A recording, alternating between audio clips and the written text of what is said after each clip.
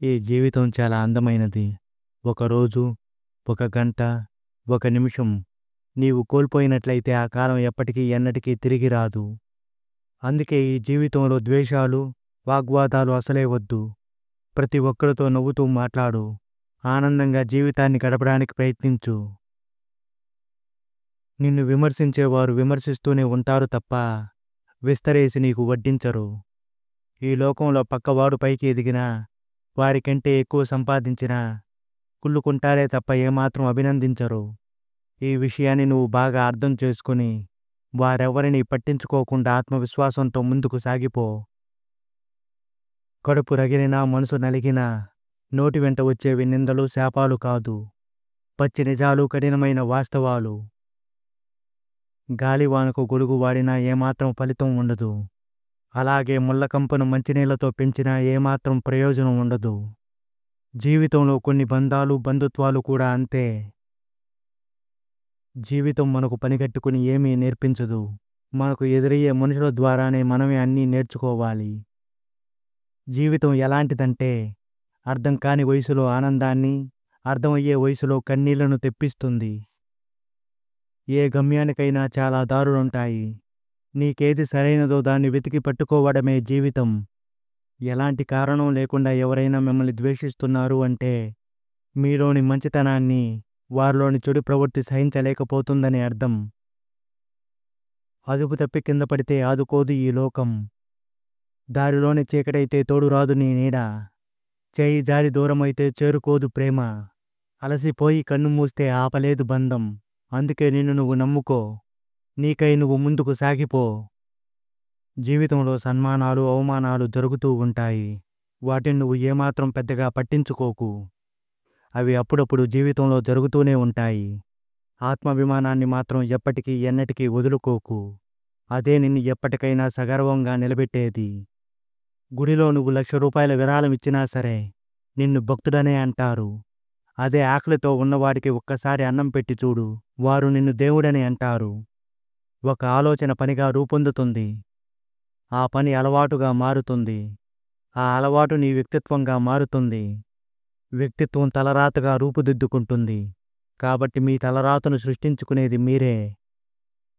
దేని ప్రత్యేకత దానిదే. అన్నిటికీ ఒకే కొలమానం అనేది అస్సలు ఉండదు. చెట్టు ఎక్కలేనంత మాత్రాన ఏనుగు పనికి మాలింది కాదు. క్షురకుడి కత్తి ఎంత పదునుగా ఉన్నా చెట్లు నరకడానికి ఏమాత్రం పనికిరాదు. గొడ్డలి ఎంత పదునుగా ఉన్నా అది గడ్డం గీసుకోవడానికి ఏమాత్రం పనికిరాదు. అలాగే జీవితంలో ప్రతి మనిషికి ఎవరి ప్రత్యేకత వారికుంటుంది. ముళ్ళ మధ్య ఉన్న గులాబీ ఏమాత్రం గాయపడదు.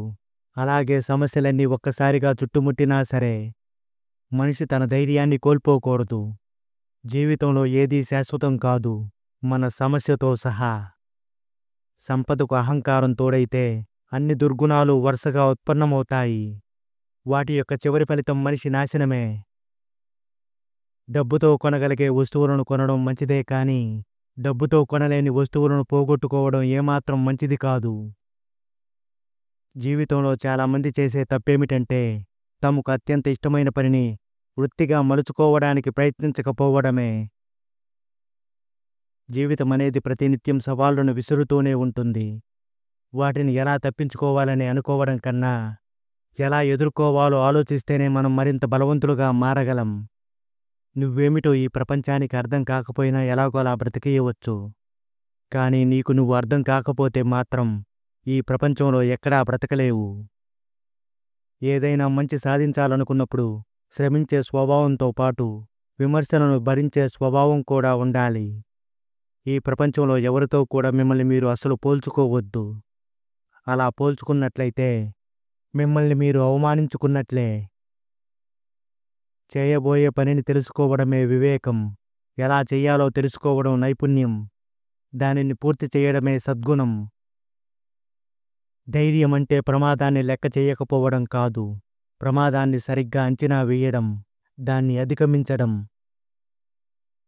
నీ మీద నీకే నమ్మకం పోయిన క్షణంలోనూ నిన్ను నమ్మి నీ పక్కన నిలబడేవాడే నిజమైన స్నేహితుడు. గొప్పగా జీవించడమంటే ఆడంబరంగా ఉండడం కాదు, ఆనందంగా సంతృప్తిగా బ్రతకడం. జరిగిన అవమానం మనలో పట్టుదలను పెంచాలి. అప్పుడే మనం విజయానికి దగ్గర కాగలం. ఒక మనిషి బ్రతకడానికి నీరు, గాలి, కూడు, గుడ్డ ఉంటే చాలు. కానీ మనిషిగా బ్రతకడానికి మాత్రం మానవత్వం కావాలి. మనమంటే ఏమాత్రం ఇష్టం లేని వాళ్ళ వద్దకు వెళ్ళి నాతో మాట్లాడు, నాతోనే ఉండు అని మాత్రం అడుక్కోకండి. నువ్వంటే ఇష్టముండేవారు నువ్వు కొట్టినా, తిట్టినా, నువ్వేం చేసినా కూడా నీతోనే ఉంటారు. అదే నువ్వంటే వారికి ఏమాత్రం ఇష్టం లేనప్పుడు నువ్వు కాళ్ళు పట్టుకున్నా కూడా ఏమాత్రం ప్రయోజనం ఉండదు. పరిస్థితులనేవి బయట నుంచి చూసేవారికి ఒక విధంగా, వాటిని అనుభవించే వారికి మరొక విధంగా కనిపిస్తాయి. అనుభవించే వారికి ఉన్నంత బాధ చూసేవారికి ఏమాత్రం ఉండదు.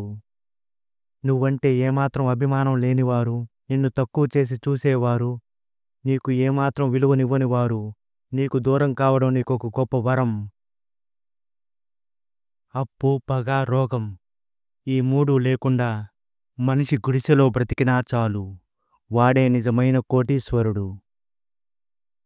మనం ఎలా ఉన్నా సరే మనల్ని మనస్ఫూర్తిగా అంగీకరించగలిగిన వాళ్ళే మన వాళ్ళవుతారు. నచ్చినప్పుడు ఒకలా, నచ్చనప్పుడు మరోలా ఉండేవారికి బంధాలు, అనుబంధాలు విలువ అస్సలు తెలియదు.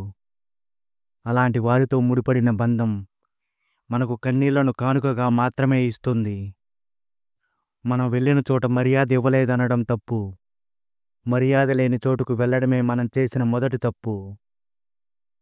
జీవితం అంటే నిన్ను నువ్వు వెతుక్కోవడం కాదు, నిన్ను నువ్వు సృష్టించుకోవడం. నీ జీవితంలో అర్థం లేని భయాలు ఎప్పుడైతే తొలగిపోతాయో అప్పుడే విజయానికి తలుపులు తెరుచుకుంటాయి. కదలని బొమ్మకు ఎన్ని కవితలు చెప్పినా, మారని మనిషికి ఎన్ని నీతులు చెప్పినా ఒక్కటే, ఏమాత్రం ప్రయోజనం ఉండదు.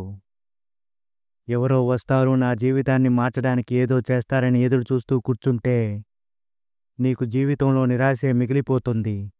ఎవరు రారు, వచ్చినా ఏమీ చెయ్యాలన్న వాస్తవాన్ని గ్రహించి నీ ప్రయత్నాన్ని మొదలుపెట్టినప్పుడే నీ జీవితం ముందుకు సాగిపోతుంది. ఈ ముగ్గురిని ఎట్టి పరిస్థితుల్లో మీ దగ్గరకు రానివ్వకండి. 1. మనకు ఏమాత్రం విలువనివ్వని వారిని. 2. మనల్ని చూసి ఈర్ష్యపడేవారిని. 3. మన గురించి ఏమాత్రం అర్థం చేసుకోకుండా మన గురించి ఇతరులకు చెడుగా చెప్పేవారిని. కొంతమంది కేవలం మనల్ని కిందకి లాగి ఆనందించడం కోసమే పుడతారు. వారిలో 75% మంది మన బంధువుల ఇళ్లలోనే పుడతారు. మన క్యారెక్టర్ గురించి ఒకరు వేలెత్తి చూపిస్తున్నారు అంటే వారికి నచ్చినట్లు మనం ఉండడం లేదని అర్థం. అంతేకాని మన క్యారెక్టర్ బ్యాడ్ అని కాదు. వేలెత్తి చూపించే వారందరూ కూడా నీతివంతులు కారు. జీవితంలో మన వద్ద డబ్బు ఉంటేనే బంధువులు, ప్రేమ, నమ్మకం అన్నీ వస్తాయి. లేకుంటే మన సొంత వారు కూడా పరాయి వారవుతారు. డబ్బులుంటే పరాయి వాడు కూడా మనవాడవుతాడు. నీ మొదటి విజయం ఏమిటో తెలుసా? నిన్ను నువ్వు ప్రేమించుకోవడం, నిన్ను నువ్వు గౌరవించుకోవడం, నిన్ను నువ్వు నమ్మడం. ఇవన్నీ నువ్వు చేస్తే జీవితంలో విజయం సాధించినట్లే.